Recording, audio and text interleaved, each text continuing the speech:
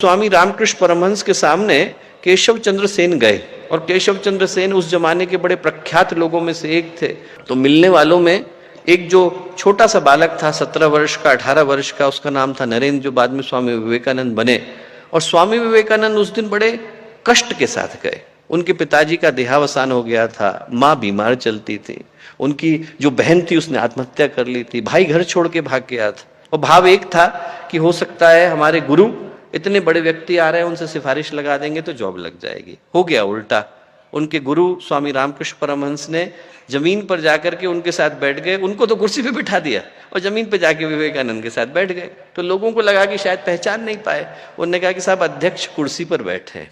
स्वामी रामकृष्ण परमहंस बोले, उधर दीपक जल रहा है, यहां पर सूरज उगने वाला है, मैं सूरज के पास आकर के बैठ।